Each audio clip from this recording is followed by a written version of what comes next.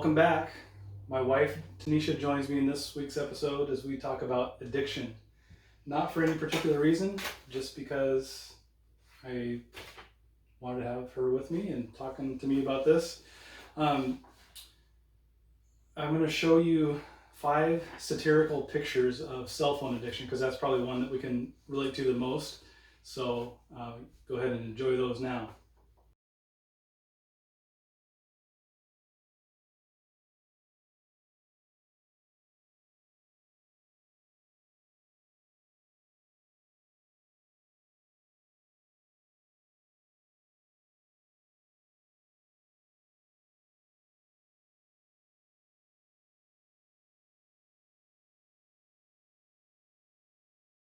I'm going to make a prediction, and I think that during this coronavirus pandemic, when we're stuck at home for longer periods than we're used to, I think that on the other end of this, there's going to be a lot of addiction, and it could be chemical addiction, it could be addiction to anything or any activity that just takes more time than what it really needs to. The Oxford Dictionary defines addiction as the fact or condition of being addicted to a particular substance, thing, or activity. Okay, so that doesn't help out a lot. So I looked up addicted too, same thing, Oxford Dictionary. And the part that relates to what we're talking about here is enthusiastically devoted to a particular thing or activity. So, and it's also derived from the Latin term for enslaved by. So I think when someone's addicted to something, whatever it is, that phrase enslaved by really describes it well, I believe. So one more thing before I ask Tanisha a question too here is one part of addiction that Harvard School of Medicine talks about in a website that they had on there was that when we're addicted to something, there's a chemical thing that happens in our brain, and not to go into too much detail, but there's dopamine that is released, and that is used for positive things, but also for negative addictions as well.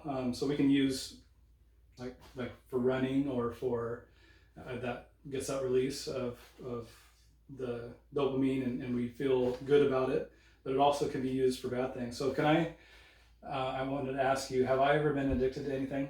Yes. What? I'd say sugar. Sugar, yeah. Oh yeah, I like sugar. Mario. Video games. Mario and some video games, yes.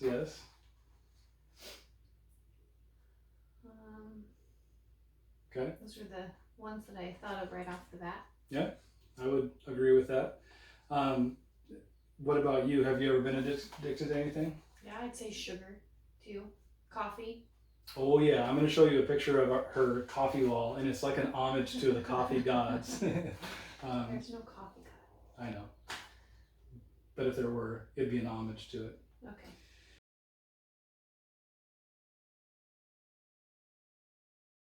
I went on a trip to Bolivia one time with a group of men for a mission trip, and coffee is one of those things where it is a substance that you are chemically addicted to, physically addicted to. It's legal, so it's not necessarily a bad addiction, but when we went on this trip, it took a long time to get down there, and the next day we were supposed to start working, and all of us guys, all of us weren't chemically dependent on coffee, but most of us we had terrible headaches. We had to take a nap in the morning before we got to work, and then we got some coffee in our system and we were ready to go, but our bodies physically needed it, and when it was deprived of it, it hurt. So that's what sometimes addiction can do. Dr. Gregory Gantz on Psychology Today talks about 6 ways you can identify if you are addicted to something, and I thought these were kind of important. So maybe you think, I'm not addicted to anything, but if you can answer yes to any of these, maybe you are addicted to something. So the first thing is importance. Where does it take priority for you in your life? Is there a reward response? Do you feel better or worse after taking part in that thing or activity? I think what he means by that is if you feel bad about it, if it's a negative chemical or negative addiction, then you feel bad about it. I think is what he meant by that.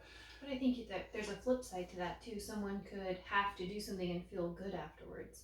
Like those crazy people that are addicted to running, which I've never had that problem.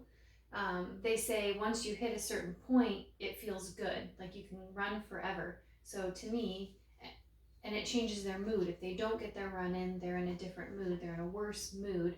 So I would say they're addicted to running, even though it's a good feeling that they get afterwards. True. And you're addicted to working out right now too. Like you felt bad when you missed one of the workouts, and we've got a workout coming up, and we've got to get this done so she can get her workout because she's addicted to working out right now. So, but that's a good thing. Prevalence is Why did I need it? No. Don't take it the wrong way. Prevalence is the third thing. Do you actively or do you do activity for longer periods than you originally planned? So if you originally planned, I'm only going to do this for an hour. Did you do it for 6 hours? Like when you play Mario. Mario, come on. Okay, not in a row, 6 hours. Okay, one morning. We had to beat Super Mario 3 during our time here. So not just me. Yeah, you sucked other family members into it. Okay. Cessation. Do you feel anxious or uncomfortable if you cannot do it or just think about not doing it? So could you cease doing it? Like, could I stop drinking coffee? I could quit anytime I want, but I don't want to. Disruption. Has it disrupted your life and your relationships? Okay, that's a big one. Reverting. Do you say you're going to do something different, but then turn around and keep doing that same thing? So coming back to it. I think I got all of them. Yeah. So we're going to look at a few verses here that have to do with addiction, and I think, we'll start off with one here. So 1 Corinthians 6:12, Tanisha's going to read.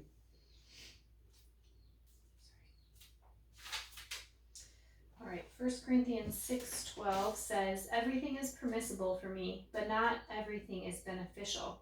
Everything is permissible for me, but I will not be mastered by anything." Okay, and I know that the context of this is sexual immorality, but I think that it relates to being mastered by anything that may be addiction. And the newer version of NIV says, "I have the right to do anything." And I think we as Americans, we feel we have that right. We want to throw that out a lot. I have the right to do this, but is it really beneficial for you? And it is. And are you being mastered by it? So that's a good thing to think of when we're talking about, are you addicted to something? And when we talk about addiction, we really are talking about idolatry in a way too, if we're talking about as Christians, if it takes place more than our relationship with God. And I think you have to be careful with that, even with good things that you're addicted to. Because I know I had to be careful with that with my new addiction of wanting to work out, was that am I willing to sacrifice time with my family to work out, but not willing to spend time in God's Word? Like, where does that place? You have to make sure you're placing God first, and then the other things that are important to you after that. Okay, so there's a couple things I want to look at. I want to look at how do I keep from getting addicted? Like if I'm not addicted to anything, how do I keep from getting there? And once I am addicted, how do I stop? So that's the verses that we're going to look at to answer those two questions. So the first one is, how do I keep from getting addicted to something in the first place? So Titus 2:11 and 12, a lot of you already know that, but we're going to go ahead and read it here. Titus 2:11 and 12.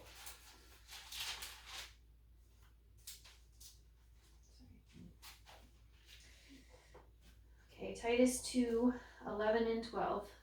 "For the grace of God that brings salvation has appeared to all men. It teaches us to say no to ungodliness and worldly passions, and to live self-controlled, upright, and godly lives in this present age."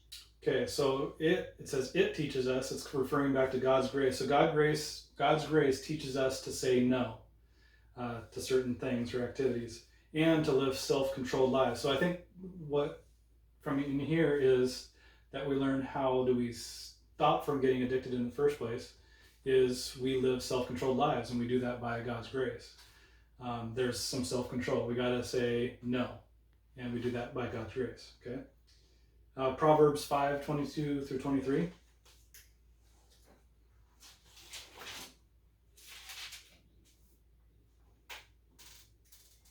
"The evil deeds of a wicked man ensnare him.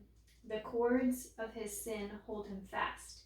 He will die for lack of discipline, led astray by his own great folly. Okay, so again, how do I keep from getting addicted to something in the first place? It's discipline. So self-control, discipline, saying no. Probably not earth-shattering advice, but things that we need to get a hold of. So once we are addicted to something, how do we stop? Maybe you find yourself being involved in an activity or something that you are finding yourself spending more time than you really should be, and how do you stop? So 1 Corinthians 10:13 through 14 says,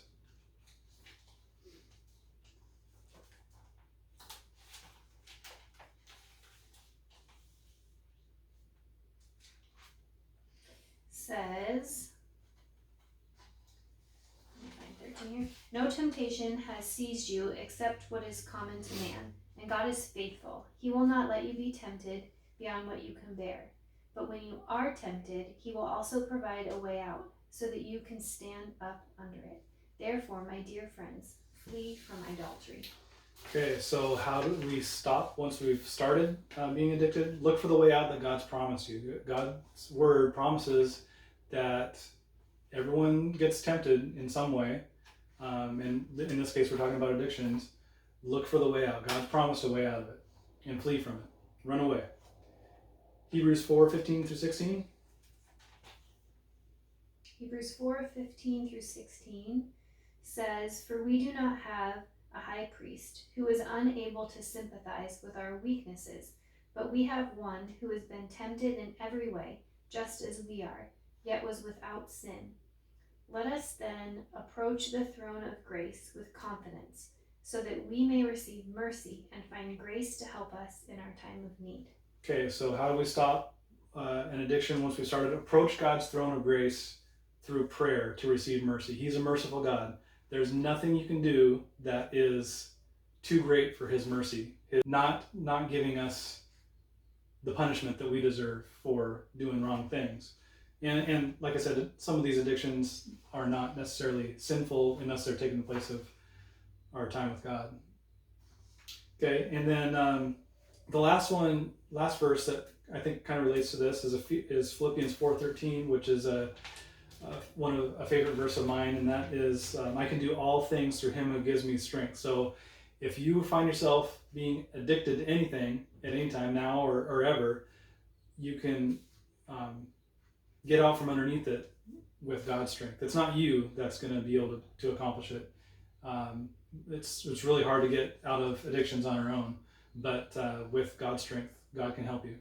But are all addictions bad? Because it kind of is sounding like you're saying if you're addicted to anything, that you need to get out from underneath it.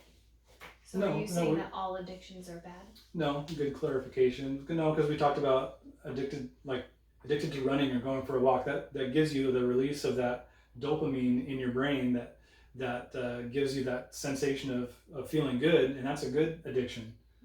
There are good addictions. Being addicted to, if anybody would ever claim this, being addicted to reading God's word, of course, like if that's a routine or a habit that you're in, that'd be a good addiction. Yeah. So yeah, not everything, but when it is illegal, or when it is sinful, of course, or when it is taking the place, some things can be good, but then if it's taking the place of a relationship with God, or if you're spending no time with God at all, then you need to kind of reevaluate your priorities, I think. So yeah, that might not be an addiction issue. That might be a time management issue as well. Yeah. Yeah. So all right, thanks for joining us. Mm-hmm. We'll see you guys later. Bye. Bye.